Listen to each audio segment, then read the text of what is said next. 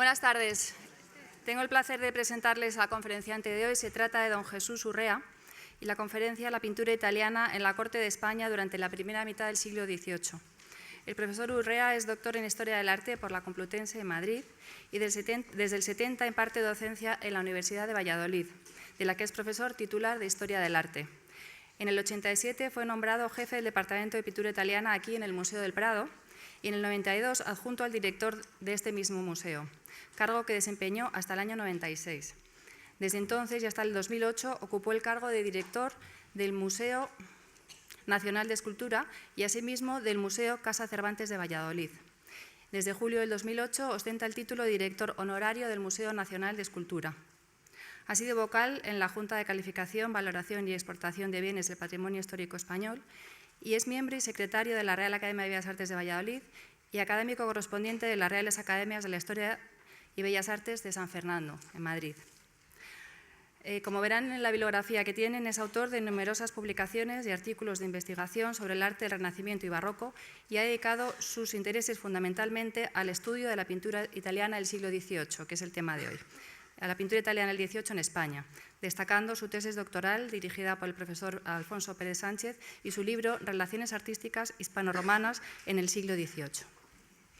Se ha ocupado también del estudio de la pintura barroca madrileña y del coleccionismo, patrocinio real y nobiliario de los siglos XVII y XVIII, siendo comisario de diferentes exposiciones con este mismo argumento aquí en España y en el extranjero. Su otra gran línea de investigación ha sido el estudio de la escultura barroca madrileña y castellana, siendo especialmente relevantes las aportaciones dedicadas a Gregorio Fernández o Manuel Pereira.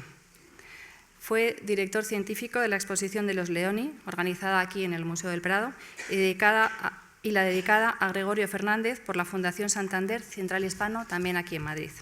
Gracias.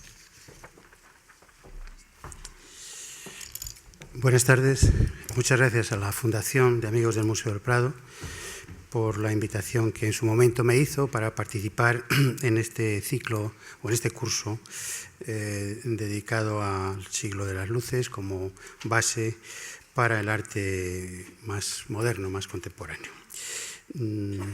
Vengo a hablarles hoy sobre la pintura italiana en la corte española durante la primera mitad del siglo XVIII. Otros conferenciantes completarán esa visión de lo que sucede en España, en esa centuria, hasta completar el siglo de las luces.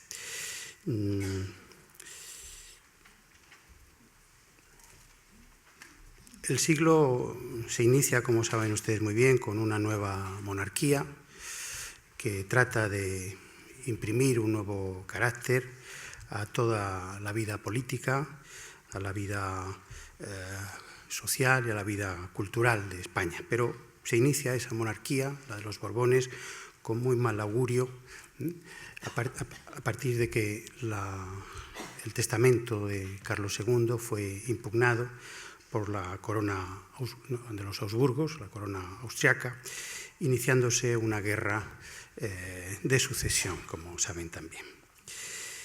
Esto va a tener naturalmente consecuencias en el desarrollo pictórico y artístico en líneas generales también, pero pictórico sobre todo en el ámbito cortesano.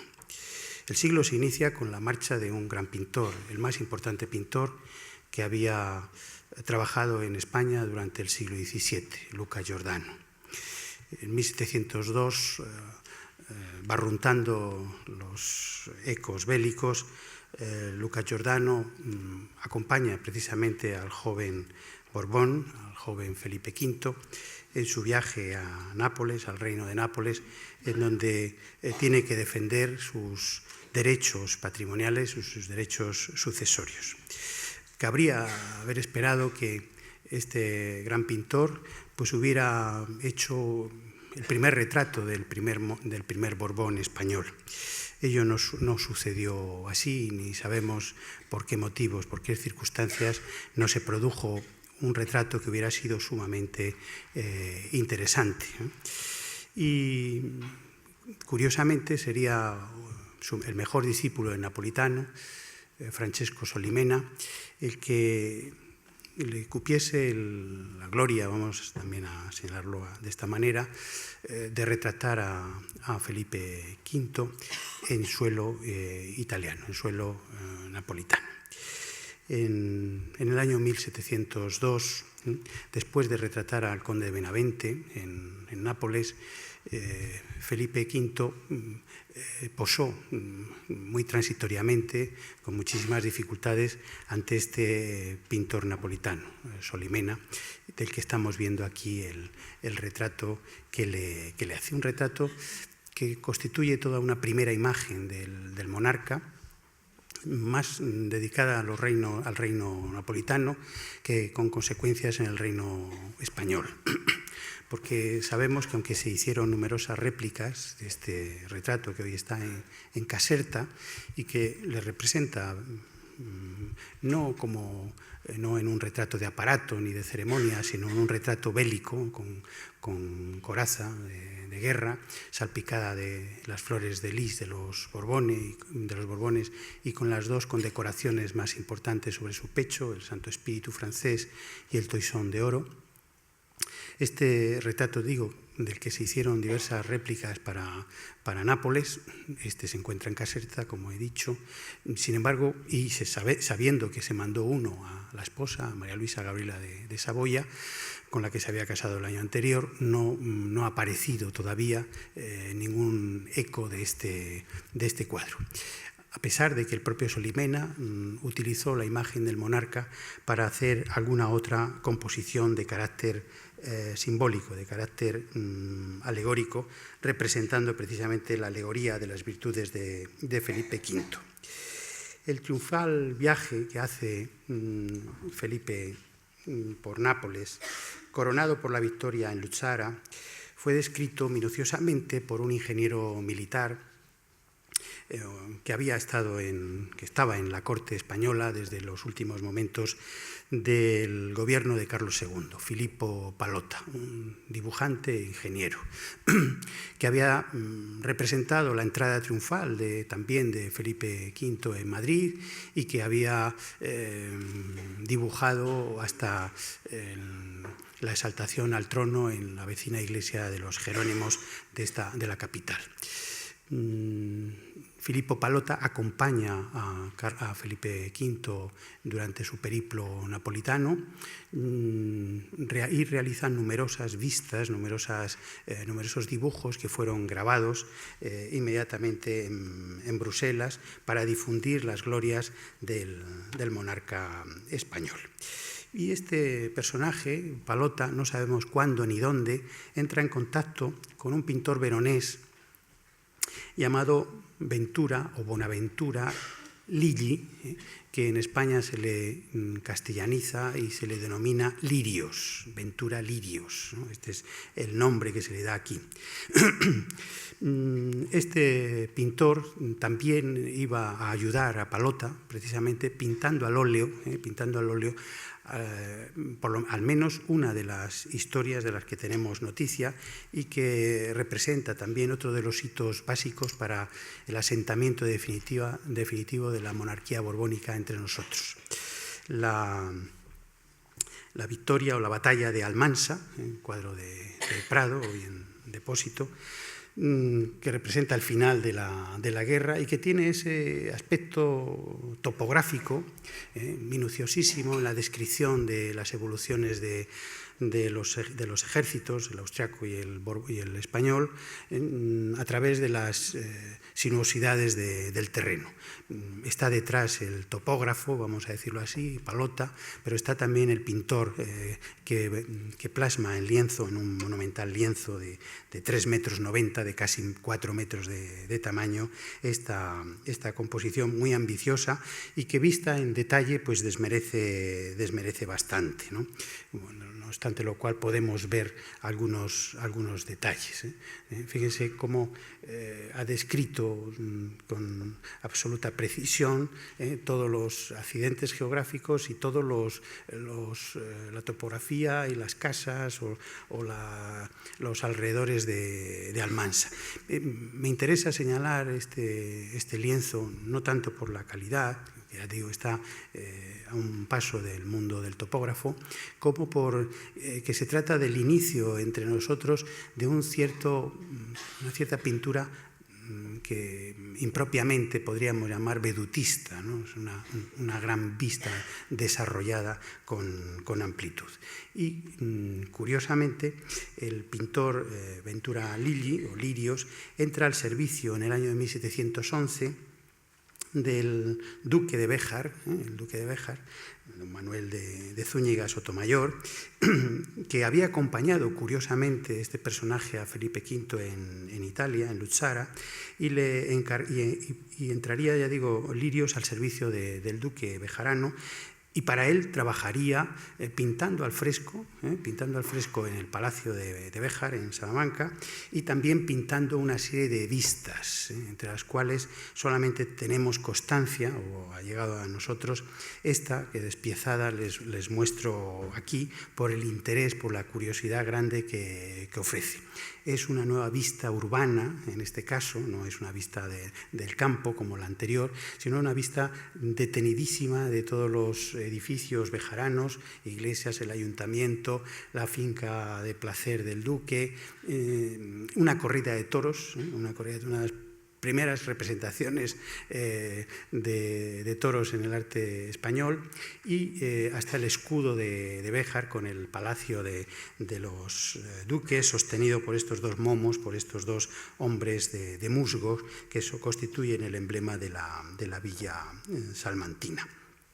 Este cuadro, para nosotros, para el arte español, puede que tenga, o esta figura de Ventura Lilli, puede que tenga interés por haber influido sobre otro, vamos a llamarle también pintor de vistas, o de campestres en este caso, de un modesto pintor español llamado Toribio Álvarez, del que el Prado tiene algún dibujo, y Patrimonio Nacional un cuadro como el de la cacería de la Moraleja, pintado en el año de 1729 y conservado en el Palacio de Riofrío.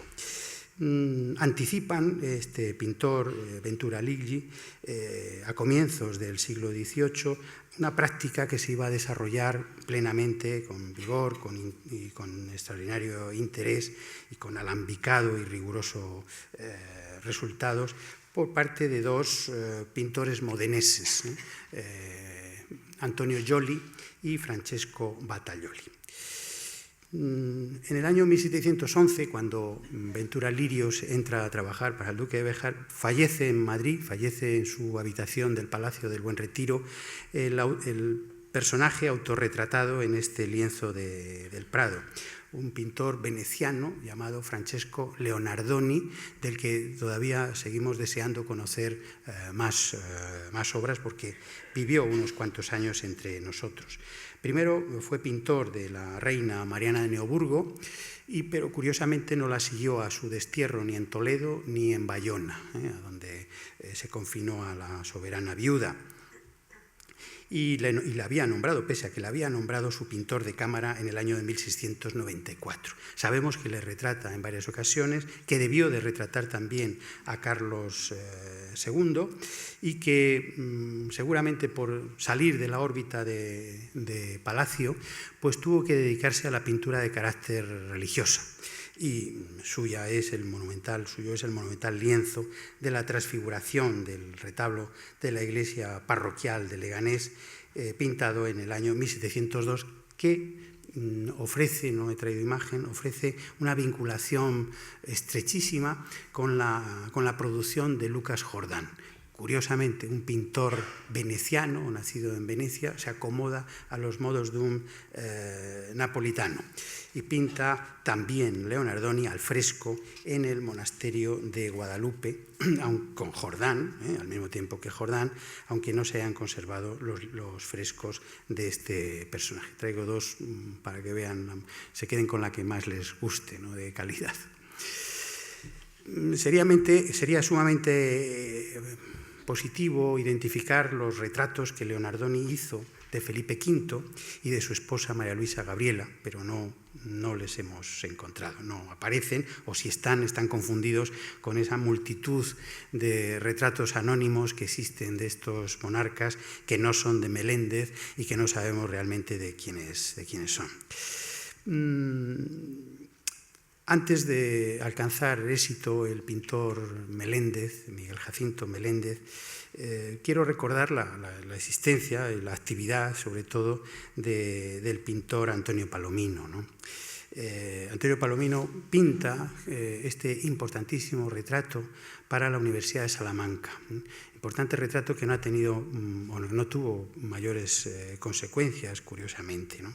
Y lo pinta coincidiendo con los nuevos criterios que iban a ser anhelados para reproducir la imagen del soberano, del nuevo monarca Borbón, nada más ascender al trono.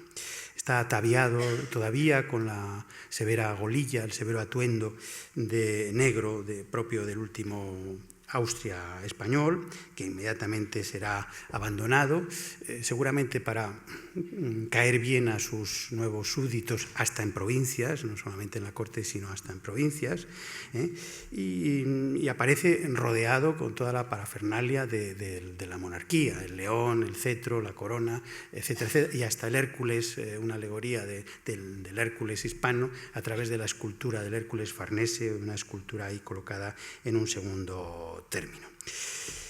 Palomino incluso llega a decir que su contemporáneo, Francisco Ignacio Ruiz de la Iglesia, retrata también de golilla o en golilla a Felipe V, pero no sabemos realmente cuáles son los retratos de Francisco Ignacio Ruiz de la Iglesia. Estaba muy enterado, precisamente porque él retrata a Felipe V de esta guisa, cuando tenía solamente 17, a punto de cumplir 18 años, y el propio Palomino dice que tenía suma viveza, es decir, que no se estaba quieto el jovencito monarca, ¿no?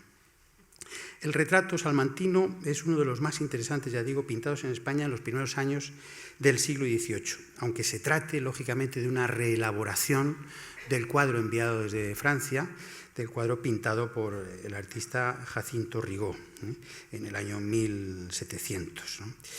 De ahí que resulten chocantes las palabras de María Luisa Gabriela de Saboya cuando empieza a quejarse a su familia italiana, diciendo que no les envía retratos porque no habían encontrado un pintor que acertara a retratarles como ellos querían. No obstante, creo que Palomino acertó plenamente lo que se perseguía en estos primeros momentos del gobierno del Borbón. Ya tenía el cuadro de Palomino las claves de las nuevas exigencias que los monarcas reclamaban, pero curiosamente, ya digo, no tuvo cometido áulico tampoco Palomino. Y ante este cuadro, pues cabe plantearse si los pintores españoles no acertaban a conseguir el parecido fisionómico, que en este caso es evidente, o no comprendían lo que se les pedía, ¿no? con un concepto distinto a lo que había sido hasta ese momento el retrato cortesano. Eran excesivamente decorosos los retratos que hacían los pintores españoles, no satisfacían la vanidad del monarca o de los nuevos soberanos, al no trasladar la majestuosidad que buscaban, ¿no? Para impresionar, para sentirse ellos reflejados con todo el poder de la nueva corona y con toda la fuerza de la nueva dinastía. Son preguntas que nos quedan sin resolver, ¿no? El rey necesitaba indudablemente disponer de buenos pintores capacitados para expresar la persona física, o sea, la realidad de su fisonomía, con absoluta fidelidad, pero también la brillantez de la corte que estaba sumida, por otra parte, en cuestiones bélicas, ¿no? En cuestiones incluso de estabilidad de la corona. Se buscaba una mayor puesta en escena, una mejor puesta en escena, una retórica rutilante, una fastuosidad que no acertaban a dar seguramente los pintores, los modestos pintores que en ese momento trabajaban en la corte. Y por eso empieza ya a pensarse en la búsqueda de algún artista italiano. Y tenemos que recordar que, o recapacitar o reflexionar, que siempre se habla del arte francés, el arte español en la primera mitad del siglo XVIII es eminentemente francés, ¿no? Es un cliché que viene arrastrándose, yo creo que ya superado, desde hace mucho tiempo. Si pensamos solamente en que las dos reinas, las dos esposas que tuvo Felipe V eran italianas, una saboyana y la otra parmesana, ¿no? A pesar de lo cual, pues la balanza de los retratadores o de los retratistas en un primer momento, al menos durante los 30 o 40 primeros años del siglo XVIII, pues se inclinó por los pinceles franceses, a pesar de que vinieron retratistas y buenos retratistas italianos a trabajar. El cardenal Alberoni, que le vemos aquí pintado por un artista italiano, Giovanni Maria della Piane, apodado el Molinaretto, pues es el primero que empieza a buscar, ¿no?, a interesarse por inclinar la balanza hacia los italianos, buscando un artista de esa nacionalidad. Y no encuentra en un primer momento nada más que a un modesto pintor genovés llamado Nicola Vaccaro, que había trabajado anteriormente al servicio del duque de Parma, familia de Isabel de Farnesio, y que fue recomendado por el ministro de Finanzas parmesano, ¿no? Pero comprobada la capacidad como retratista, pues después de algún retrato que vamos a ver inédito, acabó confiándosele retratar a Felipe V, precisamente del retrato de bodas o de petición de mano, diríamos hoy, ¿no? Este es el retrato, uno como este, sería el que se manda a Parma en el año 1714 para que le conociera a la joven Isabel de Farnesio. Vestido a la manera más heroica, con sus condecoraciones habituales, el cardenal Alberoni sospechaba que no había gustado excesivamente en la corte parmesana, a pesar de que Vaccaro se titula pintor real en este lienzo conservado en la Galería Alberoni de Piacenza, ¿no? Alberoni era consciente de las limitaciones de su protegido y reconocía que la pintura era muy poco pintoresca, muy poco de calidad, muy poco alta. Curiosamente, lo que hizo el pintor Vaccaro no fue sino repetir, como señaló en su día el profesor Luna, un esquema tratado por el pintor Santerre, el pintor francés Santerre, retratando al duque de Orleans, que se encontraba en la colección real española. A pesar del poco crédito que le merecía al cardenal este artista, Vaccaro enseñó paisaje a Felipe V, le entretuvo divirtiéndole, enseñándole a dibujar, ¿no? Durante el verano de 1716, ¿no? Un género del paisaje en el que debió de poseer Vaccaro cierta habilidad, puesto que intervino juntamente con Palomino y con Jerónimo Ezquerra en la ejecución de un lienzo de pinturas alegóricas, mitológicas también, para una de las habitaciones del viejo Alcázar de Madrid, para el Gabinete de las Furias, ¿no? La serie afortunadamente se conserva, y el peor conservado es precisamente el de Vaccaro, que tienen ustedes aquí a su izquierda, ¿no? El otro es de Jerónimo Ezquerra y no les he traído los de Palomino, ¿no?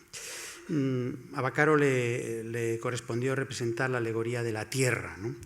A través de la figura de la diosa Ceres, ¿no? Sentada en medio de un paisaje, de un espectacular paisaje que recuerda cosas también muy lorenesas, muy del siglo XVII, ¿no? En aquel año de 1718, o poco antes, de 1720, en que falleció este pintor, Vaccaro, pintaría seguramente dos alegorías que formaban conjunto con esta otra. Esta es la única que se ha conservado o se ha identificado hasta ahora, del pintor Meléndez, del asturiano Meléndez, que se conserva precisamente en el Museo de Bellas Artes de Asturias, y podemos imaginar cómo fueran las de Vaccaro a través de este cuadro. Pero les quiero mostrar precisamente las dotes de retratista personal que tenía este artista a través de este retrato de un caballero desconocido que apareció en el mercado italiano, firmado y fechado en Madrid en 1712 e identificado como de otro Vaccaro, de otro pintor italiano, porque el apellido Vaccaro es bastante común entre pintores y escultores. Estaba mal identificado y hemos reconocido en él la autoría de Nicola Vaccaro, ¿no? No es este el único lienzo que conocemos de Vaccaro. Esta Magdalena penitente, o en meditación, o en tránsito, como quieran decirlo, compareció en el año 2004 en el mercado anticuariado español, y está firmado en el año de 1715 como Nicolaus Vaccarius, ¿no? Curiosísimamente, el lienzo, que desarrolla también un gran paisaje, incluso en el fondo y por lo alto, posee unos angelitos, unos ángeles volanderos que acompañan a la santa con los símbolos de su penitencia, que tienen más que ver con los discípulos de Claudio Coello, por ejemplo, de un Ardemans, de toda esa serie de pintores menores de finales de 1700, que con la pintura genovesa o con la pintura italiana. Yo creo que Vaccaro en realidad fue un pintor esponja, un pintor que absorbía todo y que un pintor comodín, ¿no? Un pintor que satisfacía las necesidades de la clientela, pues de acuerdo con los cuadros o el punto de inspiración que tenía a su alcance.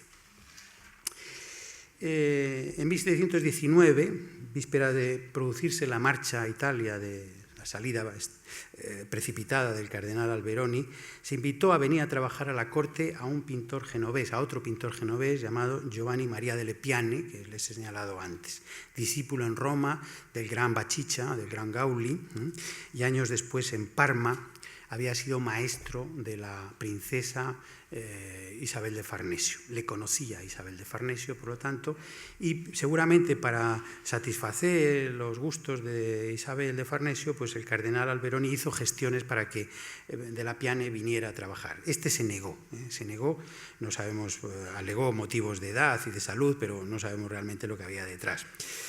Se perdió la oportunidad de tener un gran retratista de corte en ese momento, italiano, un artista muy entusiasmado con la pintura vandyckiana, con la escuela vandyckiana genovesa, al tanto de lo que sucedía con obras enviadas desde Francia también a Génova en esos momentos. Y yo creo que Isabel de Farnesio se vengó de que no quisiera venir a trabajar a España, porque en el año 1737, siendo mucho más mayor este pintor, don Carlos de Borbón le obligó a irse con él a Nápoles y le convirtió en su pintor de cámara. Como los deseos de la reina eran conocidos por los distintos embajadores españoles en Italia, el cardenal Acquaviva consiguió convencer a un amigo suyo, el pintor Andrea Procaccini, para que viniese a trabajar a Madrid, ¿no?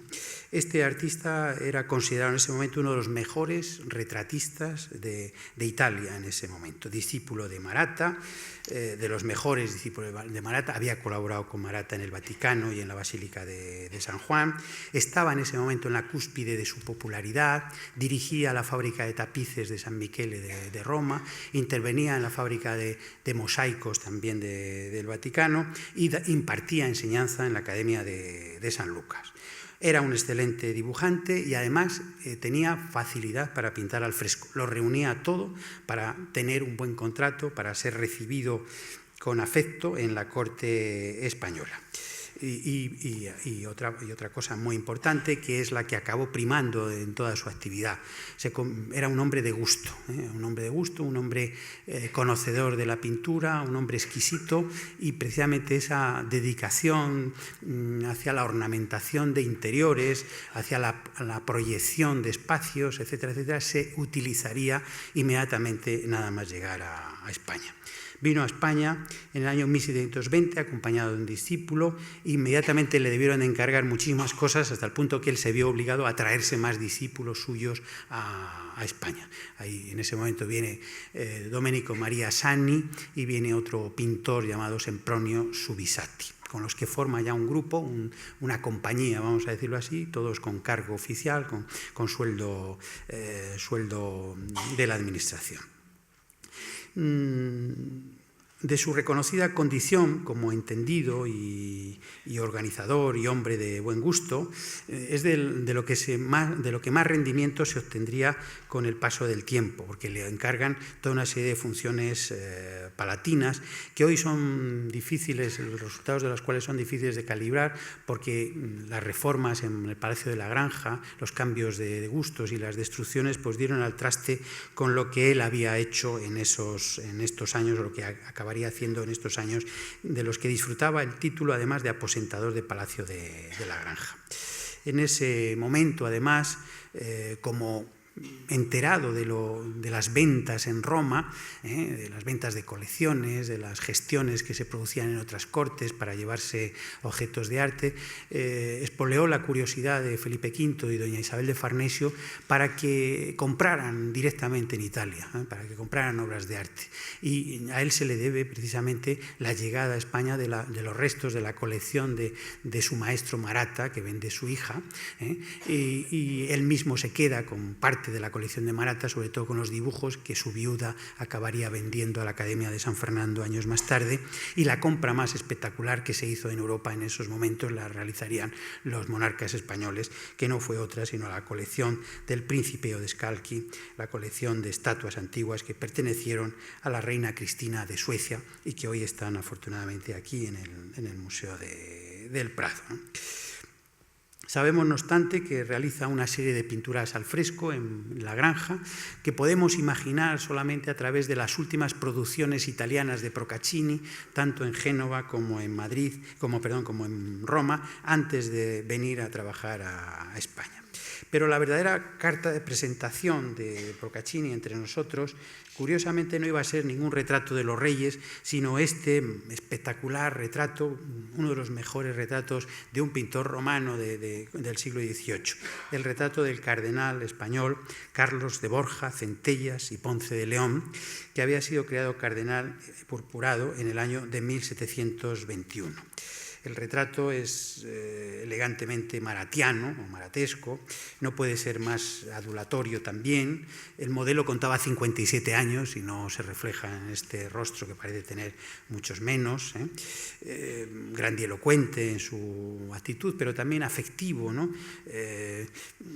Porque vemos que se desprende como del séquito el cardenal y se precipita a recibir a alguien que sale a su encuentro, ¿no? Extendiendo los brazos en esa gesticulación, incluso adelantando uno de sus pies, casi en una especie de movimiento de danza, en los que ya se adivina que Procaccini está rompiendo con una acción de solemnidad y de aparatosidad y buscando unos efectos más graciosos en sus creaciones.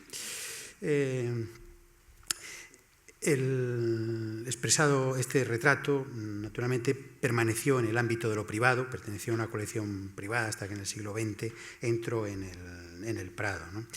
Pero nos puede dar idea de la categoría del retratista Procaccini, ¿no? En el año 27, se le emplea como pintor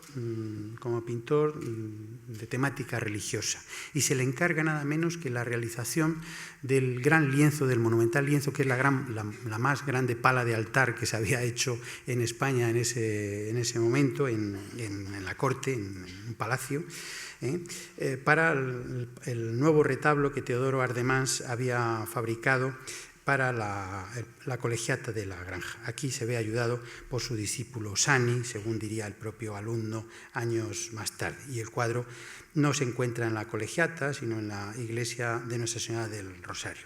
Es un lienzo en el que el pintor representó a todos los santos titulares de la familia. San Felipe, Santa Isabel, San Luis, San Fernando, San Carlos Borromeo, Santa Teresa, Santa Ana y San Antonio, que rinden adoración o veneración a la Virgen con el niño. Pero tiene un detalle que no sé si se aprecia ahí, importantísimo, y que no se ha valorado suficientemente, creo yo, en esta magnífica composición, que cargada de simbología, tanto por los santos que aluden a los personajes, a los protectores de los miembros de la familia, de la larga prole de Isabel y de Felipe, como también alude a la monarquía a través de ese ángel sentado en primerísimo término, que soporta entre sus manos una maqueta del viejo Alcázar de Madrid. Todavía no se había incendiado, faltaban 7 años para que se quemara el palacio, y es el signo de la monarquía, es el emblema del trono del soberano, aquí representado a través de su palacio. No de la granja, curiosamente, que estaba en construcción en ese momento, sino del Alcázar, del viejo Alcázar de los Austrias. La simultaneidad de funciones palatinas que ejercía Procaccini, pues la compartió también pintando cuadros de gabinete, seguramente por encargo directo de la reina o por capricho suyo, que quedaron en la colección real, ¿no? Si se exceptúa este lienzo que hemos visto y otro más que pinta para la colegiata, las restantes pinturas de Procaccini son de temática profana, ¿no? Alguna ocasión pinta otro cuadro, como vamos a ver, de Santa Cecilia, un magnífico cuadro de Santa Cecilia, pero lo normal, los cuadros son el mundo arcádico, el mundo pastoril, el mundo desenfadado, el mundo de la ternura en mitad de la naturaleza. También pinta asuntos de carácter profano, algún bodegón con figura, y hasta la crónica histórica también hace acto de presencia en el catálogo de este artista. Fíjense, estamos ante Herminia y el pastor, es una pintura de pequeño tamaño, por otra parte, y es un lienzo, vamos a decirlo así, en el que la solemnidad de los romanos se ha adelgazado, se convierte en una fabulilla, ¿no? en algo intrascendente, en algo casi divertido, en donde no falta la anécdota de la criada espiando en último término, o el pastor escapando de la escena. Ya digo, como pintor religioso pinta este magnífico lienzo de Santa Cecilia, acompañada por 2 ángeles músicos, con el habitual modelo masculino del joven, en este caso tocando la flauta que vemos ahí, conservado en Patrimonio Nacional, en donde el eco de Dominiquino es aplastante, es evidente, pero lo ha sabido enmascarar con una suntuosidad, con una elegancia de telas que transmiten una sensación de aire cortesano, de aire profano, que da un tono distendido a la historia religiosa, ¿no? Como pintor de historia también le podemos señalar a Procaccini, aunque hizo pocos cuadros de esta temática. Basta recordarle con unas pinturas curiosísimas que enlazan con lo que hemos visto anteriormente en Buenaventura Lilli, que reproducen los prolegómenos y el desenlace de la expedición a Orán, una expedición que se monta como una auténtica cruzada contra los musulmanes. Se reconquista la plaza de Orán en el año 1632, y no tenemos constancia de que Procaccini ni su discípulo Sani fueran a trabajar, fueran en la expedición, ni tan siquiera se acercaran a Alicante para ver partir la flota que asaltaría Orán. Y por eso estamos convencidos de que el pintor, aquí tenemos una vista importantísima de Alicante, ahí se ve la ciudad, las cúpulas y los alrededores, el castillo de Santa Bárbara en la cúspide de esa montaña, y toda la flota embarcando a la marinería, ¿no? Estamos convencidos de que el punto de partida es nuevamente un ingeniero militar, un topógrafo o una serie de topógrafos que facilitan las ilustraciones, el territorio, en definitiva, la descripción geográfica del territorio. Aquí tenemos en un libro publicado en el año 1734, 2 años después de la batalla, de la conquista de Orán, aparece un libro en París publicado con toda la descripción de los acontecimientos bélicos y con varios grabados, uno de los cuales es el que vemos aquí, que responde muy literalmente a una de estas vistas pintadas por Procaccini. Es exactamente el perfil de la costa, esa ensenada que vemos, esa lengua que aparece ahí en primer término, todo eso lo acabamos de ver en el otro dibujo. Se sospecha incluso, o sospechamos, que estos cuadros, que no tienen gran tamaño, por otra parte, fueran pensados también como bocetos o como modelos, mejor dicho, preparatorios para una nueva serie de tapices, un poco evocativa de la serie de la conquista de Túnez de Carlos V, por parte de Carlos V, la magnífica, conservados en la magnífica colección de tapices de patrimonio nacional. Y es probable, ¿no?, que todo esto pueda tener esa finalidad de trasladar a grandes superficies tejidas, pues una de los hechos bélicos más gloriosos del reinado de Felipe V.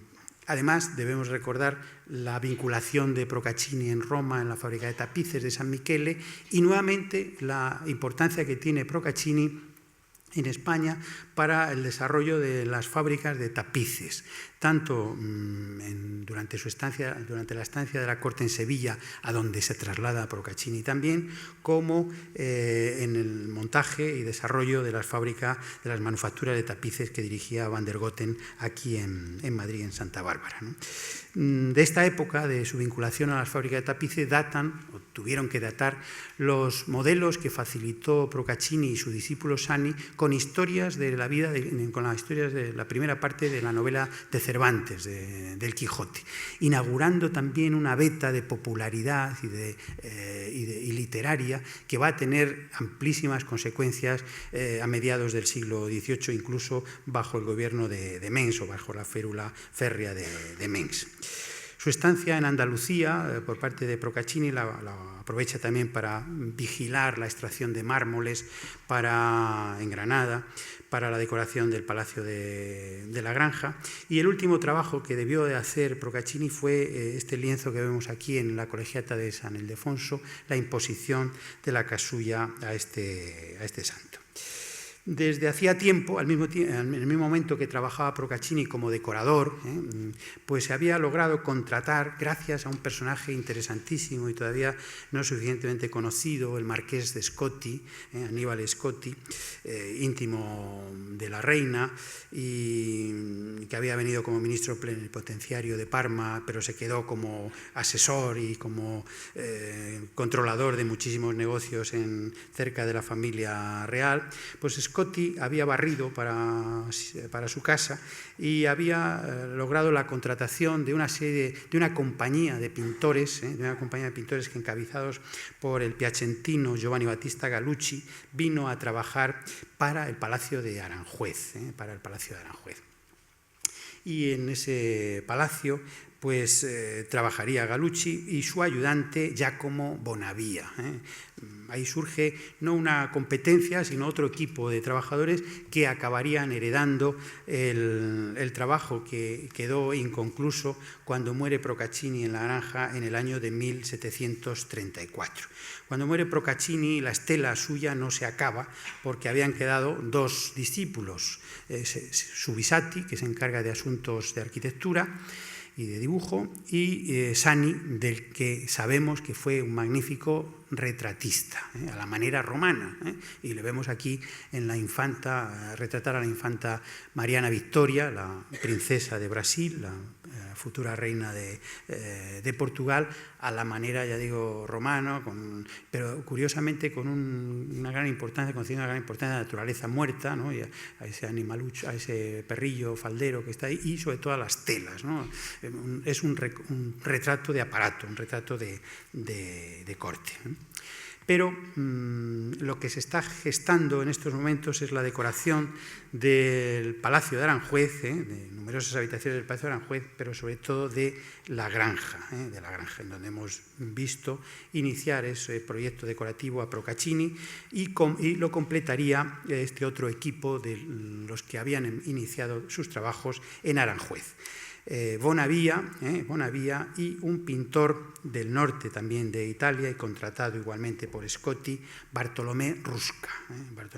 La figura de Rusca durante mucho tiempo quedó oscurecida por la de Bonavia. Se creía que Bonavia era el pintor exclusivo de todo ello y que Rusca era un ayudante. No, Rusca era el pintor de historias, el pintor de figuras, mientras que Bonavia, que tenía veleidades de arquitecto, de proyectista, pues era el autor de las arquitecturas. Y aquí vemos unas arquitecturas fantásticas, ilusorias, dentro de la tradición de los cuadraturistas boloñeses, que tienen una gran descendencia en todo el norte de Italia y hasta en Venecia, trabajadas por Bonavia. Mientras que Rusca haría las historias, los celajes, las grisallas, etcétera, etcétera, y Bonavia diseñaría los cartones para estas arquitecturas. En estas arquitecturas van a estar pobladas de toda una serie de personajes de la fábula de la antigua, de la fábula literaria, Calisto, Apolo, Faetón, Psiquis, Hércules, etcétera, etcétera, cuyo plan de trabajo no sabemos realmente a quién le corresponde, quién fue el inspirador del diseño iconológico, iconográfico de todas estas historias, y seguramente no se le puede adjudicar ni a Rusca ni a Bonavia. Un pintor, Rusca, formado en Italia, como he dicho, en el mundo de la perspectiva, con Giuseppe Natali y otros, y con una larguísima serie de obras realizadas antes de su estancia entre nosotros. Curiosamente, muchas de sus pinturas, sobre todo los perfiles, las formas afiladas de sus figurillas, a mí particularmente me recuerdan a Giuseppe Maria Crespi, aunque no tenga absolutamente nada que ver con el color ni con la impronta formal de este artista. Pero hay detalles que coinciden también con los de este pintor boloñés. Un pintor, Rusca, que manejó siempre una paleta de tonalidad muy fría, que hace todavía mucho más ligeras las historias representadas en los techos del Palacio de la Granja, en donde llegó a pintar hasta 22 salones. En la Granja incluso fallecería el pintor, ¿no? Evidentemente su arte no podía compararse con el de ningún pintor romano que hubiese continuado la obra de Procaccini, ni con ningún otro pintor napolitano o veneciano. Pero cumplió el cometido que le encargó Scotti, cumplió el efectismo que se buscaba exclusivamente en las historias orladas de molduras de estuco dorado o de estuco blanco.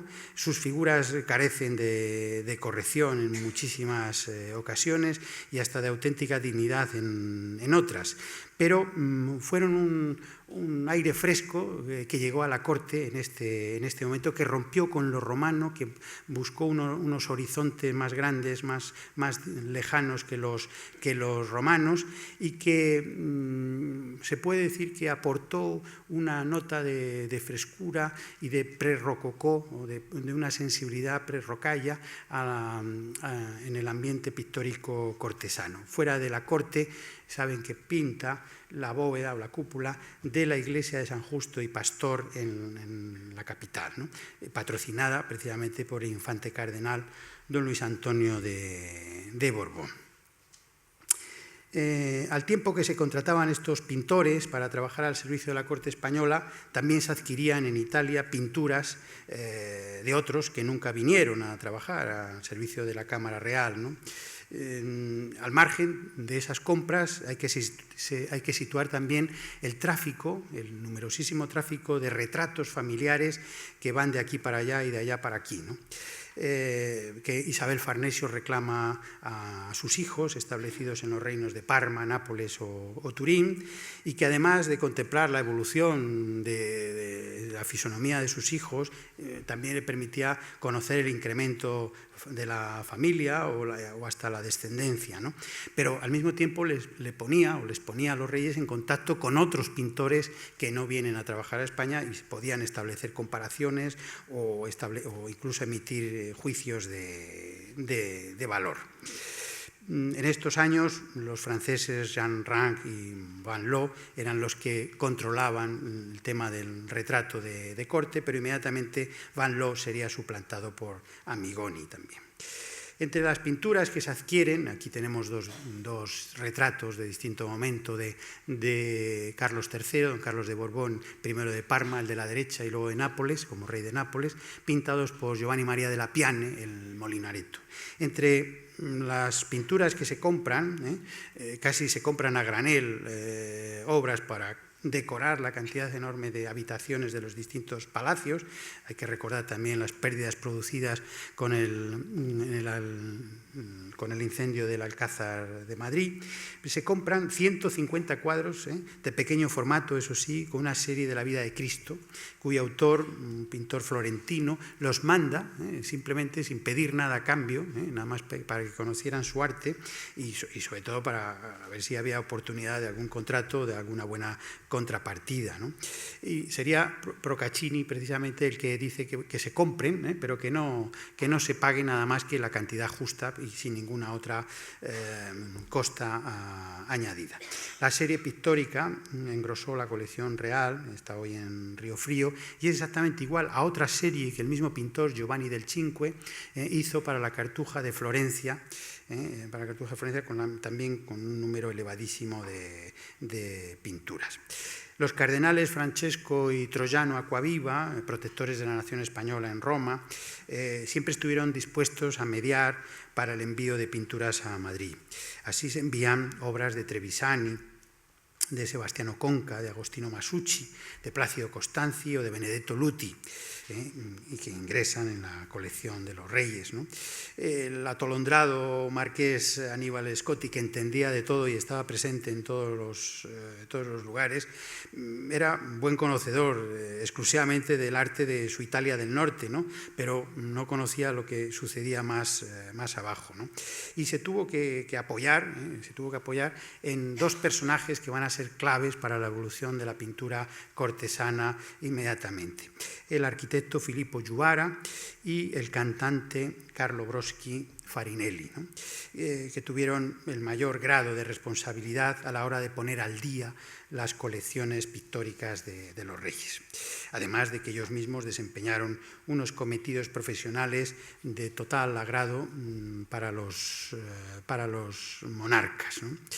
La idea más novedosa para incrementar la colección y para la decoración del Palacio Real de la Granja se debió precisamente al abate Juvara, cuando imaginó una propuesta ornamental para una de las galerías, para la galería por antonomasia del Palacio de la Granja, con la que pretendía exhibir en ella las distintas sensibilidades pictóricas que existían en ese momento, en el siglo XVIII, mediante la interpretación de asuntos con un argumento común. Se encargó en el año 1735, con cartas expresas del propio Juvara, de enviar a Italia y a otras partes, a París concretamente, una petición de cuadros que representaran los hechos más destacados de Alejandro Magno, sin decir para quién iban a ser, para quién iba a pagar ese cuadro que se le encargaba a los respectivos pintores. Se trataba de evitar la especulación, ¿no? Se trataba de evitar que los artistas subieran la cotización de sus obras. Y se iba a colocar esta colección, se pensó colocar para instalarla en esa galería, salpicando, digámoslo así, la colección de esculturas procedentes de los herederos de Cristina de Suecia, ¿no? El programa pictórico alegórico que se pensaba distribuir en esa galería fue elegido minuciosísimamente por este arquitecto director de las obras reales para que no faltase ninguna alusión a las múltiples cualidades o supuestas cualidades que tenía Felipe V: el valor, la clemencia, la modestia, la templanza, la religiosidad, la magnificencia, la victoria, ¿no?, la liberalidad, etcétera, etcétera. Todo ello interpretándolo a la manera antigua, a la manera de la antigua, ¿no?, como correspondería a la propia del héroe clásico de Alejandro, y como si Felipe V fuese un nuevo Alejandro, un moderno Alejandro Magno. Fue el experimento pictórico del siglo, ¿no?, el más importante experimento que se hizo en España y uno de los más interesantes que se aventuró a hacer en Europa, ¿no?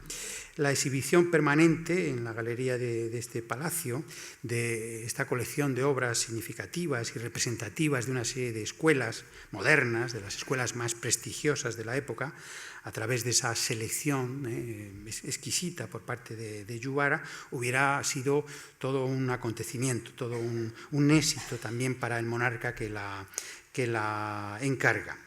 Pero incluso el monarca no tuvo ninguna otra participación, nada más que decir que sí, que se hiciera, ¿no?, pero no expresó nunca su gusto particular, ni tampoco Isabel Farnesio tenemos noticia de que interviniera directamente en la selección de los artistas.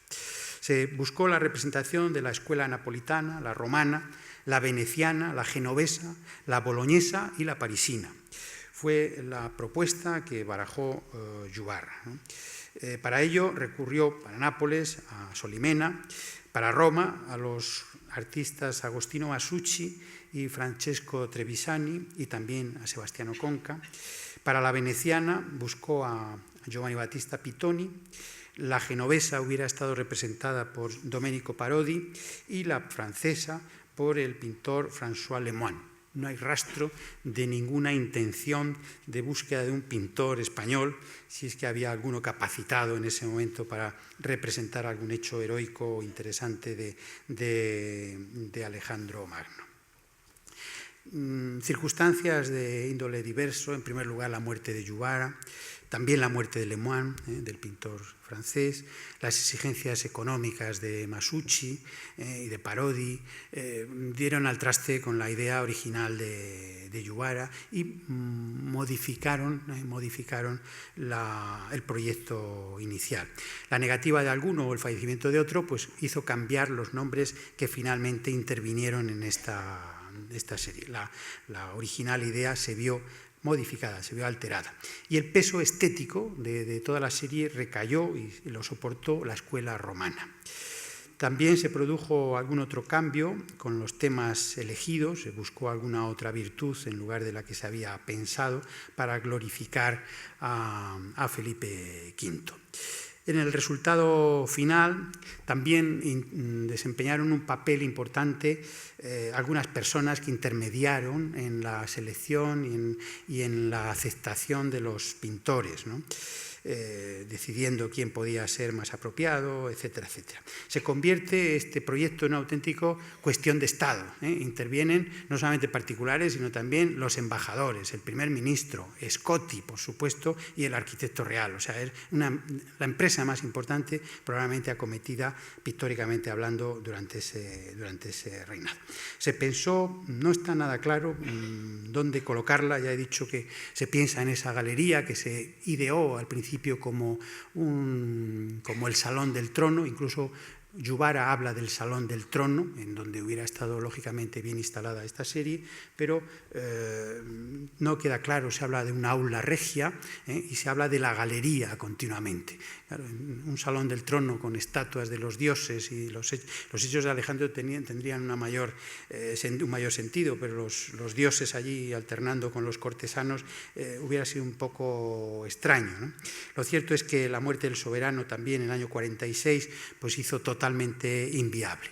Fernando VI se desinteresó del asunto, le importaron un poco las virtudes de su padre, parece ser reflejadas en los lienzos. Isabel de Farnesio abandona la granja, naturalmente, y las obras pues, fueron almacenadas en distintos lugares de la Casa de las Alhajas de la Granja. Vemos aquí los cuadros que fueron realizados por Trevisani en esta ocasión. Dos versiones. Plácido Costanzi en la construcción de Alejandría. Aquí le tienen. El cuadro que se iba a encargar Lemoine se encargó Charles Van Loo, no Louis Michel Van Loo, Charles Van Loo, un pintor francés, pero que se había formado en Roma con Benedetto Luti, es casi un romano, lo que hizo es Porus vencido ante Alejandro. Aquí tiene otra imagen más real del cuadro. A Pittoni, el pintor veneciano, se le encarga esta entrada triunfal de Alejandro en Babilonia. La liberalidad o la magnanimidad de Alejandro fue representada por Imperiali, otro pintor romano que acabó sustituyendo a Masucci, a Parodi, al genovés. Conca, otro pintor napolitano pero activo en Roma, hizo la religiosidad de Alejandro, rezando en el templo, orando ante el sumo sacerdote. El modelo no es el modelo, sino una versión, otra versión, se conserva aquí en el Prado. El pintor, uno de los más interesantes pintores italianos del XVIII, Donato Creti, de los más exquisitos, de los más lunáticos también, es el autor de este cuadro, Apeles, recibiendo a Campaspe, entregada por Alejandro. El amante de Alejandro se la entrega a su discípulo al contemplar el amor que tenía dibujando, pintando a la favorita de Alejandro. Finalmente, Solimena hace la victoria sobre Darío por parte de Alejandro, ¿no? La huida de Darío. Les he hecho este montaje de la colocación de los cuadros, tal y como yo me imagino que los pensó Yubara también, donde las composiciones están enfrentadas, estarían una enfrente de otra, seguramente, o una junto a la otra, ¿no? Ahí se ve perfectamente cómo Alejandro, el de la capa roja, lógicamente, en los dos cuadros superiores, están mirándose uno enfrente de otro, mientras que el de Van Loo y el de Pittoni, hay dos caballos que van confluyendo. El de Imperial y el de Conca también forman una pirámide compositiva, y los que no tienen encaje posible son estos dos, porque son diametralmente opuestos. Yo ahí es donde encuentro la similitud, ¿no? En que son opuestos, ¿no?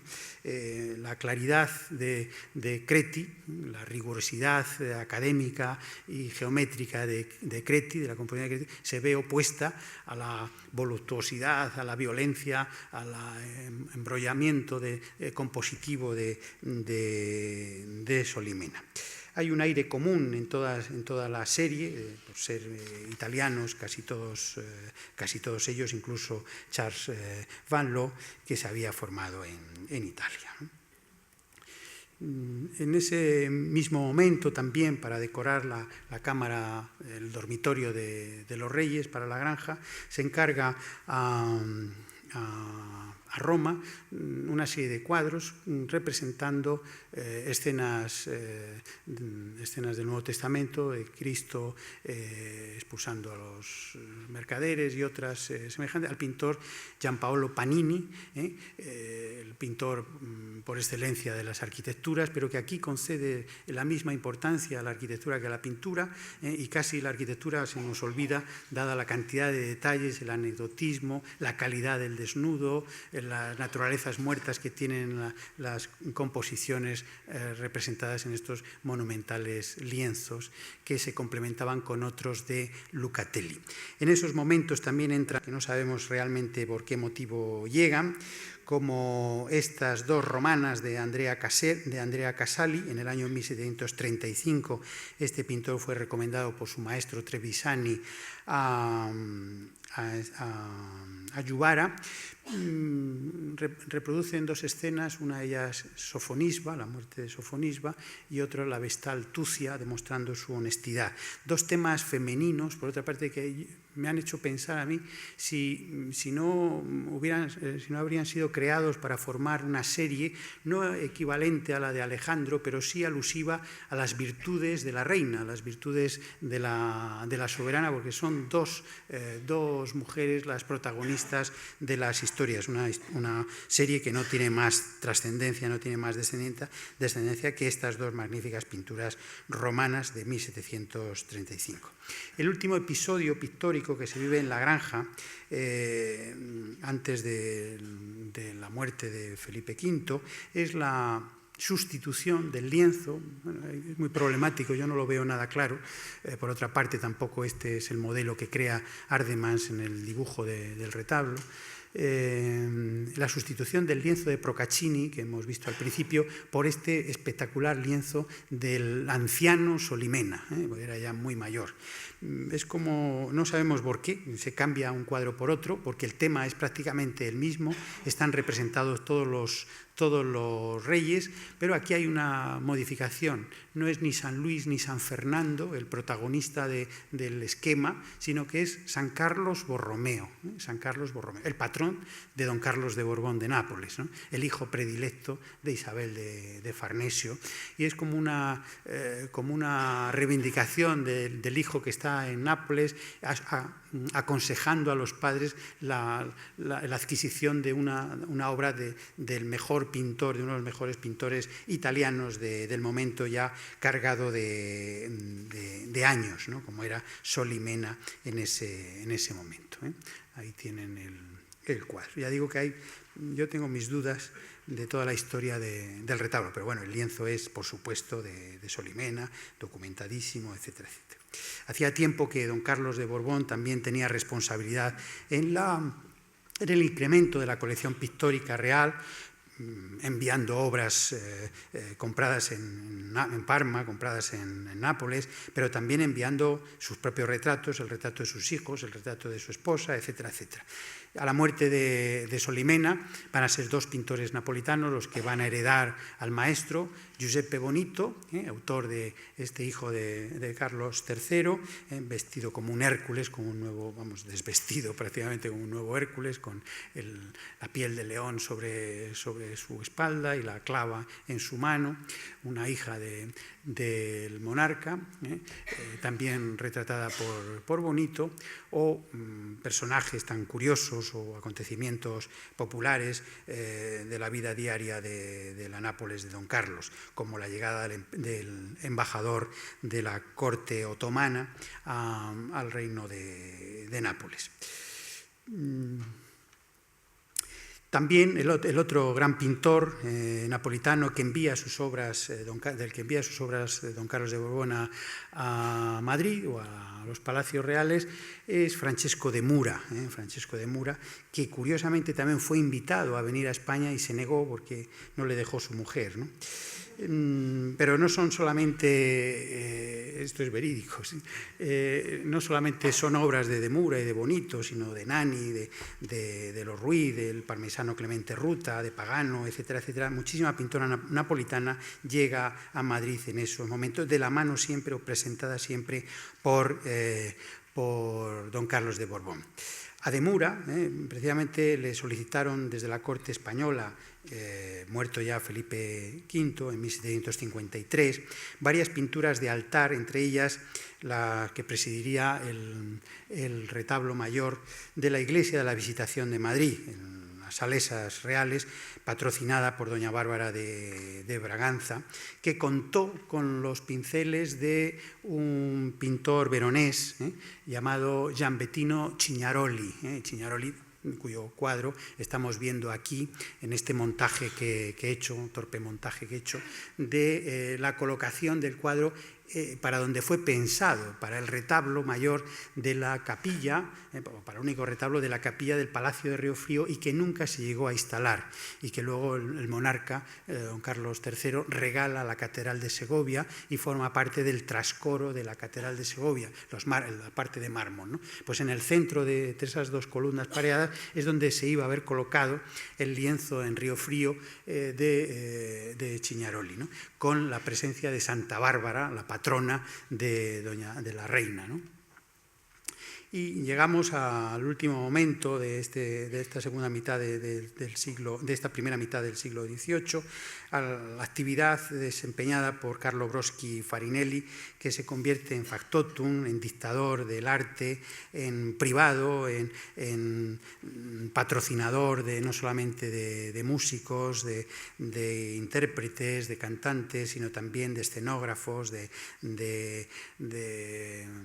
pintores también, que trabajan en las decoraciones de teatro y, por supuesto, de decoradores. Dirigiendo los teatros de los Caños del Peral y del Palacio del Buen Retiro y del Teatrito de Aranjuez, pues iban a intervenir toda una serie de pintores, algunos ya alguno contratado por Scotti, como el boloñés Giacomo Pavia. Bueno, estamos viendo varios retratos de Farinelli, el otro es Scarlatti, ¿no?, para recordar la melomanía de los monarcas, el más espectacular retrato pintado en Madrid, pintado en la corte española, en donde se ve al propio Amigoni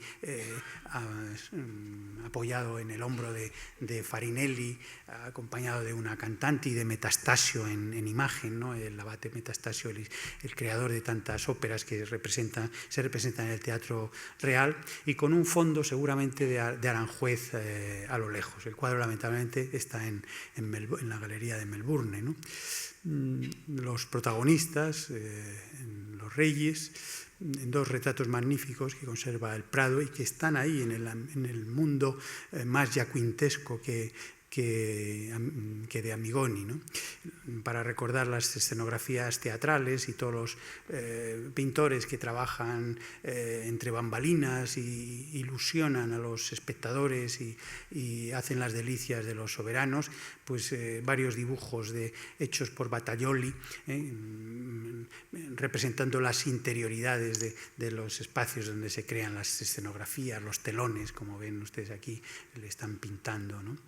Pavia, Giacomo Pavia, traído también por Scotti, es uno de estos escenógrafos que muere aquí en Madrid en el año de 1750, creo recordar, en el Buen Retiro también, que pinta no solamente telones, sino también cuadros como este de Alejandro nuevamente, deshaciendo el nudo gordiano, pero con una sensación de escenografía, de bailarín, ¿no? Es un personaje que está bailando más, que está interpretando más, que está haciendo algo trascendente, con esos fondos insinuados de la arquitectura que recuerdan también los paneles de los foros de un escenario. Es un dibujo de la Academia de San Fernando, representando de Giacomo Pavia, firmado y fechado, nada más subir al trono Fernando VI, un motivo alegórico también, donde hay un discípulo, un joven alumno, acompañado por las artes, el teatro, la pintura y la escultura, ¿no?, que va a ser coronado por este personaje, y la fama, proclamando los hechos del monarca y las virtudes que lo adornaban. Seguramente es preparatorio para una gran composición que no se hizo, precedente de la de Antonio González Ruiz, que preside la Academia de San Fernando, como saben. Y en este ámbito de Farinelli llegan tres pintores directamente llamados por él. Uno es Antonio Gioli, que viene para trabajar, viene desde Londres, viene desde Italia, pero viene desde Londres para trabajar a Madrid, aureolado por la fama que conocía muy bien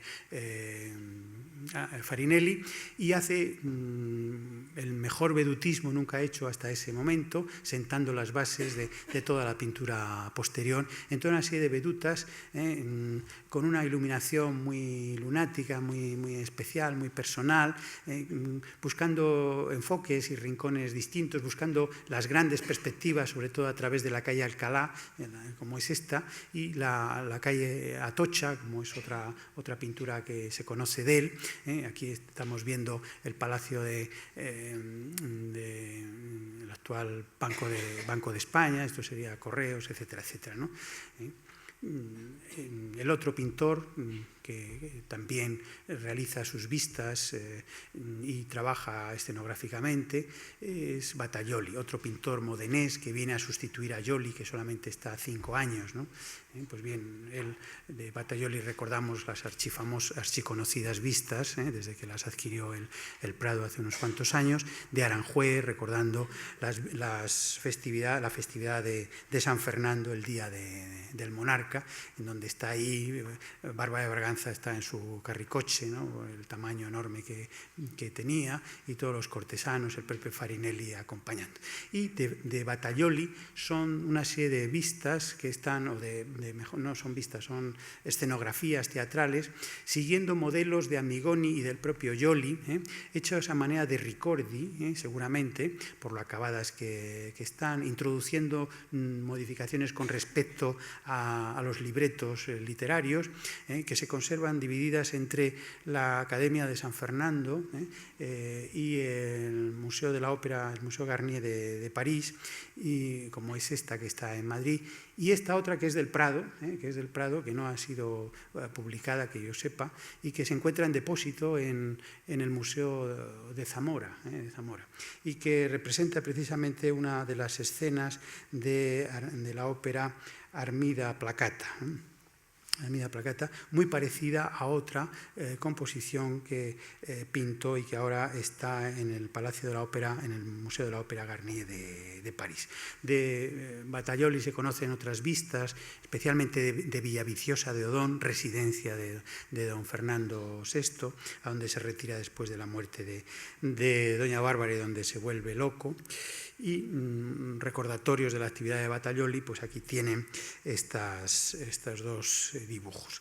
El último gran pintor, el contrato más importante que realiza el monarca es el de Amigoni, Giacomo Amigoni, que un pintor itinerante, un pintor súper conocido en todas las cortes europeas, había estado en Centro Europa, había estado en Holanda, había estado en Inglaterra, en Francia, en muchísimas ciudades italianas, y finalmente, por indicación de Farinelli, es llamado a Madrid para decorar espacios en Aranjuez, que había sufrido un incendio aparatoso y se necesitaban 2 bóvedas para ser decoradas. Solamente haría esta, que ven ustedes aquí en la sala de conversación de Palacio de Aranjuez, y seguramente se le tendrían reservados o se pensaría que un buen pintor al fresco era necesario para empezar a programar las grandes superficies murales que necesitaba decorarse en el nuevo Palacio Real de Madrid, que se estaba terminando y que no se inauguraría hasta el reinado de don Carlos de Borbón, de Carlos III. Bien, en el año de 1747, nada más fallecer Felipe V, y estaría hasta que él mismo muere en el año 1752 activo. Para Aranjuez pinta precisamente estos 2 cuadros para la decoración de ese palacio que no llegó a completar precisamente por sorprender la muerte y que completaría Giaquinto, su sucesor. Hizo estos 2 cuadros con historias de José, en definitiva, alusiones al buen gobierno de un gobernante, al buen gobierno de un mandatario, ¿no? Aquí ahí se ve que el cuadro está bocetado, está sin concluir el lienzo. Es muy interesante el cuadro por ver el proceso de construcción, el proceso de realización del lienzo. 2 de las mejores pinturas que hace Amigoni en España. Pero sobre todo hace retratos en contradicción con Van Loo. Incluso surgen 2 bandos, los defensores de Van Loo y los venecianos, ¿no? De la mano naturalmente de Farinelli y de Ensenada, a quien retrata, ¿no? A la princesa, a la futura duquesa de Turín, a María Antonia Fernanda de Borbón, Y pinta también para el gran proyecto de doña Bárbara de Braganza, seguramente haciendo la decoración de todo el conjunto. Yo, por lo menos encontré noticias del diseño de los retablos y yo creo que se reserva, y estoy convencido de ellos ya, de que se reserva el lienzo de San Fernando, alusivo al monarca, cuyo boceto se conserva el Prado. Aquí es la pintura de Francesco de Mura, el de San Fernando no le tengo. Como novedades, como últimas novedades, les muestro una pequeña pintura conservada en Lisboa, pero que fue mandada por doña Bárbara de Braganza en su testamento a su hermano, el rey de Portugal, como recordatorio suyo, hecho por Amigoni. Y este magnífico lienzo que apareció hace unos pocos años en una exposición de Orihuela como obra anónima, y que es una obra magnífica, soberbia y personalísima de Amigoni, ¿no? Que crea un modelo de Inmaculada también, un modelo que se aparta totalmente de lo madrileño, que no tiene nada que ver, tiene un aire de corte, un aire áulico, un aire divertido de los angelitos, que no tiene nada que ver con los de los pintores, de los González Ruiz y de todos los pintores madrileños de ese momento. Y les quiero mostrar, para finalizar, que me he alargado mucho, para finalizar también otra novedad que anticipé hace un par de años, el cuadro de un discípulo de Flipar, de un discípulo de Amigoni, el francés, pero criado y formado en Venecia, Charles Joseph Flipar, que se pensaba que era un émulo directísimo de Amigoni, pero que a través de este monumental lienzo comprobamos que hay notables diferencias entre maestro y discípulo, y precisamente es lo que me ha hecho más pensar que el boceto de San Fernando, la conquista de Sevilla por San Fernando del Prado, es de Amigoni y no de Flipar. Los modelos de los ángeles se apartan de los de Amigoni, el tipo de pincelada es totalmente distinto, hay una fluidez mayor en esta pintura que en la de Amigoni. Es un cuadro gigantesco, y era el altar mayor, la gran pala de altar del Hospital de los Italianos de Madrid, el hospital que se encontraba prácticamente donde está el Palacio de las Cortes, y donde se reunían todos los italianos, todos estos que hemos citado, pues ahí tendrían su lugar de acercamiento y de conocimiento entre unos y otros, y naturalmente de relación religiosa. El lienzo estaba desaparecido desde el año 1936, y todos los que se han ocupado de Flipar le han dado como destruido. Aquí le tienen ustedes conservado en la Nunciatura de Madrid. Y con esto terminamos anunciando la llegada a la muerte de Amigoni en el año de 1752, acelerando la búsqueda de otro pintor con capacidad para cumplir los proyectos que se tenían pensados para el veneciano. Y en esa ocasión, en el 52, se recurrió a Nápoles, a través de nuestro embajador, don Clemente de Aróstegui, un personaje ya vinculadísimo con la recién fundada Academia de San Fernando. Se pensó primeramente en de Mura, que no quiso, y finalmente se pudo contratar a Corrado Giaquinto, quien reunía, según Aróstegui, las virtudes de la escuela napolitana y de la escuela romana, lo que él llamaba la escuela mixta, el artista que mejor podía satisfacer los gustos de la corte española, como así realmente fue. A él se le debe, a Giaquinto, y se le responsabiliza de generalizar en nuestra corte una manera de pintar alegre, una manera de pintar resuelta, exquisita y sobre todo moderna, cuyos ecos todavía recoge el joven Goya, a pesar de los denodados esfuerzos de la seria y trascendente alternativa protagonizada por Mengs, cuyos propios discípulos no lograban llegárselo ni a creer. Nada más, muchísimas gracias.